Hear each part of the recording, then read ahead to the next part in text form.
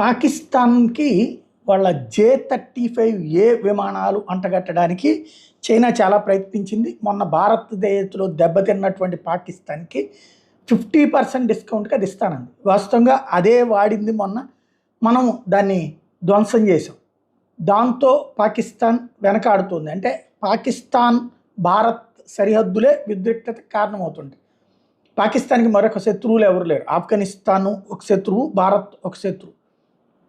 ఇక్కడ ఈ భౌగోళిక పరిస్థితుల్లో చైనాది పనిచేయట్లేదు. యుద్ధ విమానం అంటే పని చేయకుండా ఏముండదు. కానీ భౌగోళిక పరిస్థితులను బట్టి ఉంటుంది.